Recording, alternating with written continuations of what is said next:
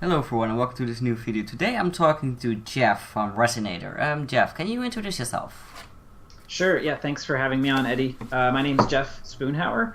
I'm one of the co-founders at the indie game studio called Resonator, and I'm working with my development partner Steve Copeland on our first indie game called Anew, the Distant Light. In a nutshell, what kind of game are we talking about? Sure. Yep. Our game is it's essentially like a Metroid-style game. Some people call it Metroidvania. So our particular take on it is we're doing sort of this big open-world science fiction action exploration game. So you sort of end up on this alien moon. You're a child, and you have this huge, vast alien world to explore. Lots of deep combat. We're doing some different things as far as storytelling goes. So the game is basically the whole story is told visually. So there's no text, there's no dialogue. And something new that we're sort of doing with the Metroidvania genre is we have lots of like really fun, powerful vehicles that you can pilot in the game. So that sort of expands the variety of gameplay in our game. Why did you choose to make a game like this? Steve and I grew up playing the original Nintendo, so we're not young men at this point. But we really enjoyed sort of that core library of Nintendo games back in the mid '80s, right? Mid to late '80s, like Metroid. Games that have a lot of deep gameplay and that sort of encourage you to explore and discover the world. We always liked playing games like that. And Steve and I both worked for a long time in AAA studio development on really huge teams working on a variety of different projects, but they were never games that, it's not your idea. It's not your ideal, maybe it's not the ideal type of game that you want to make. So we just talked early on in pre-production, like what kind of game do we want to make? And we just sort of settled on this genre that we both enjoyed playing. You worked in AAA. Are there any big titles you worked on? Yeah, so I started in the industry in 2002 as an animator at EA, so at Electronic Arts. So I worked on my first projects that I worked on were the NFL Street games back in the day, and then I moved around a lot in my career. So I ended up at Volition working on the Saints Row games as a cinematic artist, and did a lot of full-time freelance work for Sony. So I worked on some of the older Siphon Filter games. I worked on one of the Resistance games. I worked on Uncharted Golden Abyss, the PS Vita Uncharted game. And then spent many years working at 2K. So I did a lot of the trailers and some cinematic and animation work on BioShock 2, on the Mafia games, on Borderlands 2. So yeah, quite a few projects. I've been working in games for, I guess, 16 years now. So kind of worked in a variety of capacities on lots of big projects, and more recently, the last couple of years on our indie game. Well, the way you told that, it was like, well, it sounded like you were way older than you probably are. Well, the games aren't even that old. Yeah, I mean, I could be younger, I could be older, I guess, Luckily, age doesn't really matter. That's right. Did the game become what you originally planned it to become before the start of development?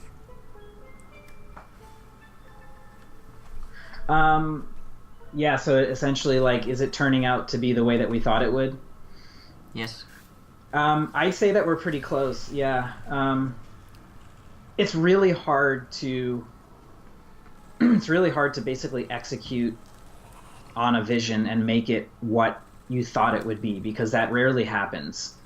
Usually things just change. I mean, it's a really long process. Making an indie game takes years and years, and it's pretty typical for things to change. So that includes gameplay, it includes the scope of the game, the look of the game, the way that you're telling the story. All of that stuff is interconnected, and so if any one or two of those little moving parts changes, it affects how you're able to sort of do the other stuff.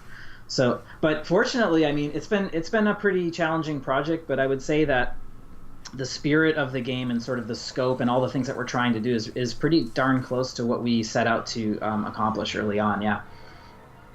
What inspired you to become an indie game developer? I would say that, where did my inspiration come from?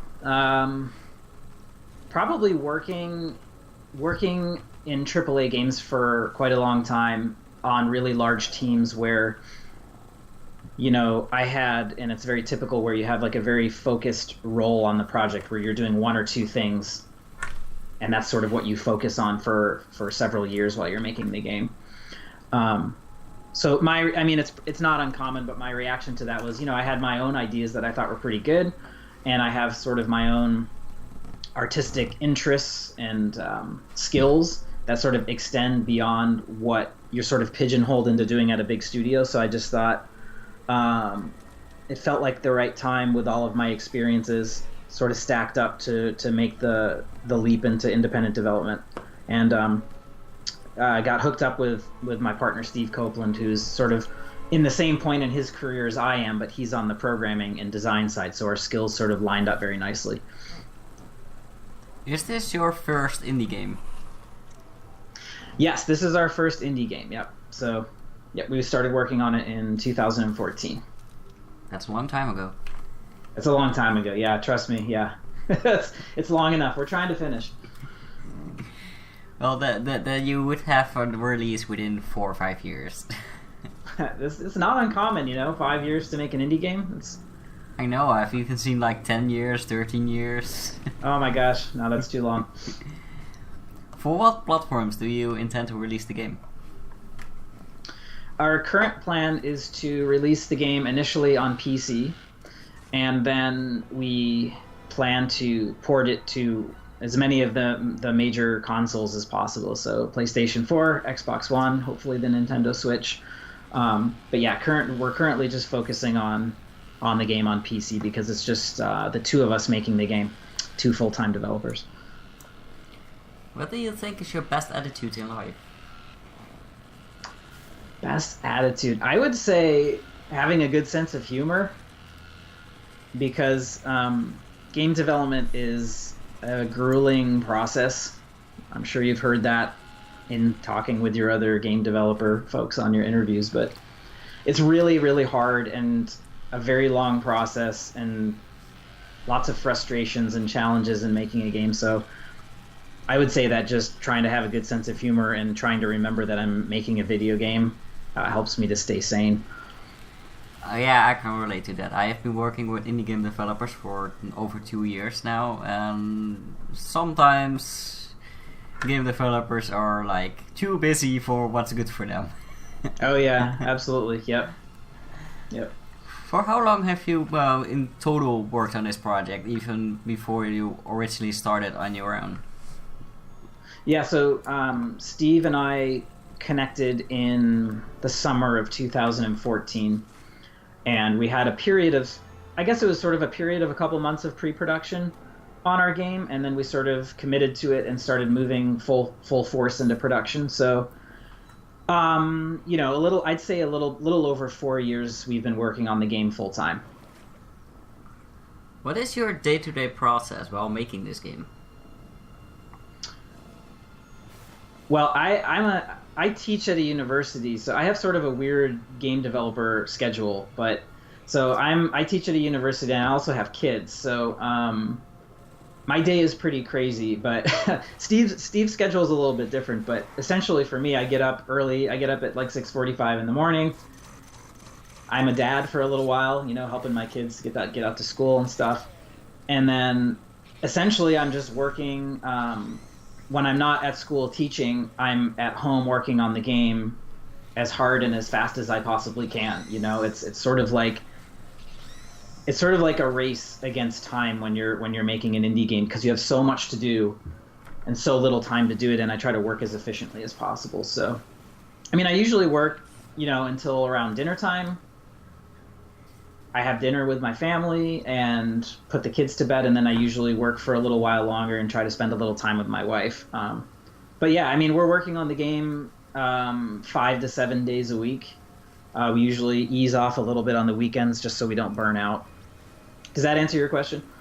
Yes, it does. Okay. At the university, do you teach about game development?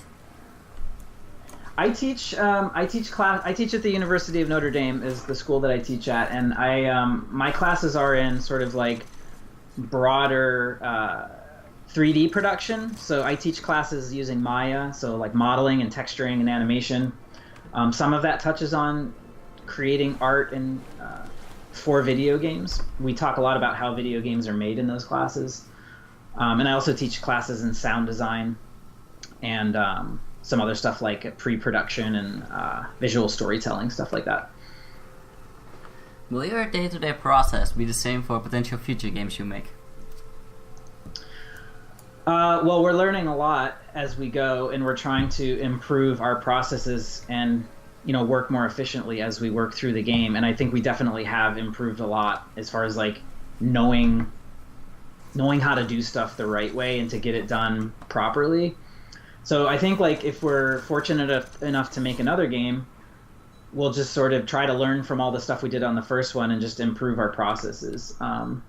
It's been hard too because we're a really small team. It's only 2 of us full time. Plus we have a great composer named Wilbert Roger writing the music for our game.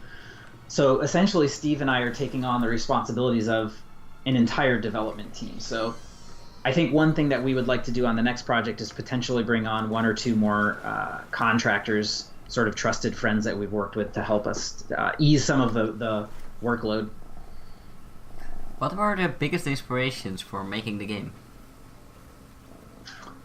Oh, I would say lots of different sources of inspiration. I mean, on the gameplay front, just some of those classic sort of games that we used to play as kids, Metroid, Super Metroid. I love this side-scrolling Zelda game. I know that was sort of this weird game that people thought was outside of canon. I think it was, what was it, Zelda 2? The one where you're actually going side to side. I can't even remember the name of it now, but the Super Mario 2 I loved. There's just something that was like really fun and satisfying about platforming and exploring this world and sort of finding its secrets. So we really liked, as far as gameplay, game mechanics go, sort of that sense of exploration and of discovery and of finding things that help you to further explore the game world. As far as like, I mean, I'm doing all the art and animation and sound on the game, so I'm sort of the artist. So for me, I very much love surrealist art and 20th century orchestral music. So for me, like as far as the creative vision of the game goes, those were sort of sources of inspiration that helped me to sort of visualize this weird world that we're building. What makes this game different from others? So we're in sort of a well-defined genre. That sort of Metroidvania genre. We're doing a couple things differently. I think just by looking at the game, we have a unique look and feel to the world and the characters, and sort of the emotional tone of our game is going to be unique. On the story front, usually in games like this, the story is pretty light. So sort of the joy of the game is the exploration, but a lot of times there's not a really big hook that's sort of pulling you through the world. So we've spent quite a lot of time developing an actual story that we think is going to be pretty cool, and it's going to encourage people to go all the way through the game. But on the gameplay side, we're doing some really fun stuff, in addition to like the normal things you would expect in a Metroidvania, with like lots of weapons, lots of gear, exploring the world, finding those things that sort of allow you to play the game differently and explore new parts. We have all these crazy vehicles in our game, like mechs, like huge and small mech suits that you can pilot, like these massive mech, overpowered mechs. We have like rockets. We have this awesome dune buggy, sort of like a sand speeder car that allows you to survive in the desert areas of the game. So we wanted to add a lot of variety to the gameplay to keep people sort of interested in playing all the way through and to keep the gameplay fresh. And what do you think is the most interesting part of the game? I would say the world itself, to me, seems really interesting and varied, and we're trying to design the world in a way that really invites the player into exploring and discovering it. What game engine are you using, and why did you decide to work with this one? We are using Unity to make our game, and we've been really happy with Unity, the tools and also the support that we receive from Unity, and there's a really great community of Unity developers that help each other out, so that's been great. Why did we end up using Unity? Steve, my development partner, did almost a full year of engine research before we started working on the game, and he evaluated several different engines and just felt like as a whole package, Unity was the best for the type of game that we were trying to make, as far as like the tools and the functionality and all the features. So that's, I mean, I think like, you know, you've got Unreal, you've got Unity are the two big ones. Amazon has Lumberyard. I think they're all really good engines and they're all just fine. And I think like if you're a developer, picking any of them and learning them will allow you to do what you want to do. What setbacks did you encounter during the project, and do you feel like you learned anything from them? We're constantly experiencing setbacks. I think setbacks is like 50% of making a game. It's like, do you have the willpower and strength to push through them and continue making the game? I think is like the biggest challenge in game development is like, can we get through it? Can we actually climb the mountain that we've set before ourselves? I mean, there's so many setbacks. I mean, Steve and I work really, really well together, so there's never been any problems on that front as far as like dramatic personality clashes or anything like that. Most of the setbacks are just technical things like trying to build the main features and components of our game, not really knowing what we don't. It's like not knowing what the unknowns are until you run into them and you try to build things and figure things out. So I think it's just a constant process of using all of our experiences and know-how that we developed in our careers and sort of trying to develop the features, the technical and artistic features of our game that allow us to sort of get this vision out. It's just sort of just a constant thing you're battling against. And is it a valuable learning experience? Absolutely. I mean, we wouldn't be where we are on the project now if we hadn't learned and improved from everything we've run into along the way. If you could go back in time, what would you do different?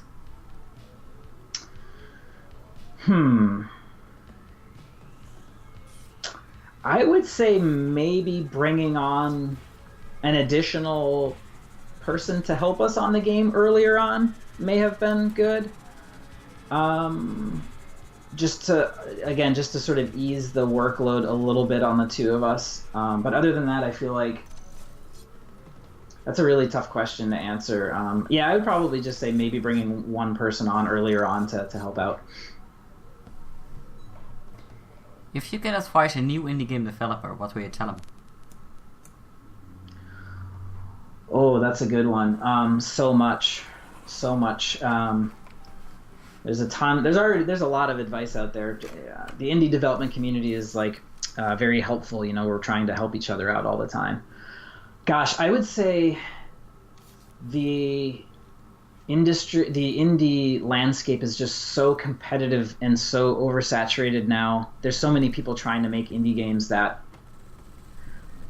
I would say, like, probably my one piece of advice is you have to have an idea for a game, not only an idea, but something to actually show people that looks and feels unique in at least one way. So either visually it's in some way captivating and it'll sort of grab your audience immediately and it looks unique and unlike anything else, or there's some component of gameplay that you're doing that's different and unique.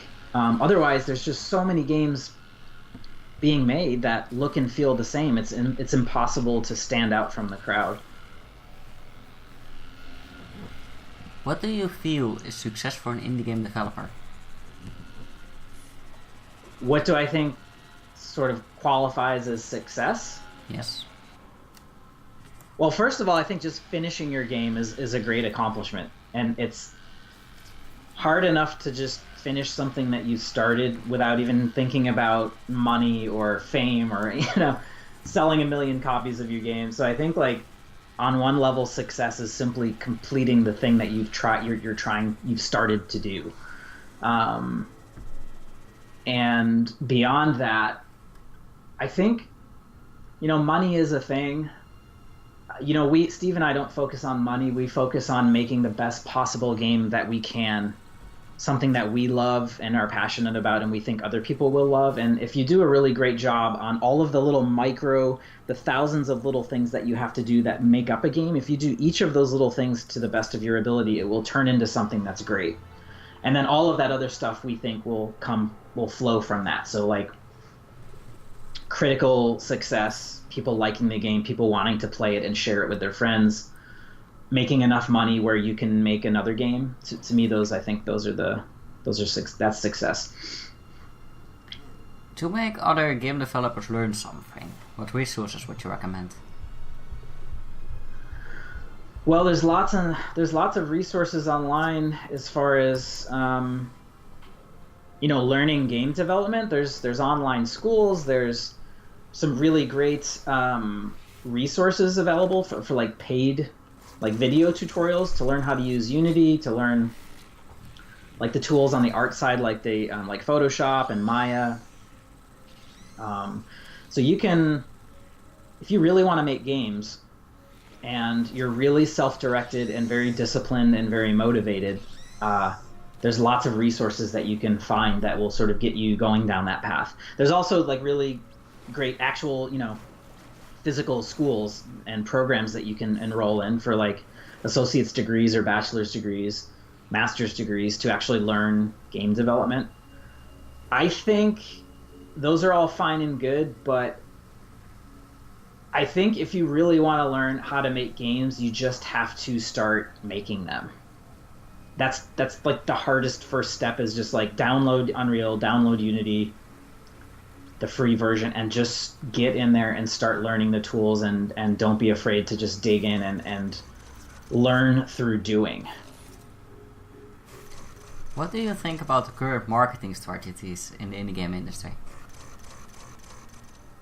Marketing is an insane challenge right now. It's actually one of the hardest things that we're facing, that a lot of indies are facing, is just trying to get your game seen by people. Because, again, there's so many games being made, and it's just fiercely competitive to get the attention of, like, games press, games media, streamers. We're running into that all the time with our game. Even though we think we've got something really great, it's really, really hard to get the attention of people. So, I mean, the approach that we've taken is we're sort of doing it grassroots right now. So, in other words, we have our own social media. We have a demo that we just put out last week, an alpha demo that we're sending out to streamers and to press to try and get some coverage, to get people to play the game and sort of cover us on their channels and their websites. That's the approach we're taking, is we're trying to just get it to get as much organic marketing as we can by establishing relationships with, like, smaller and mid-sized streamers and websites, and they've been really great about, like, expressing interest in covering us.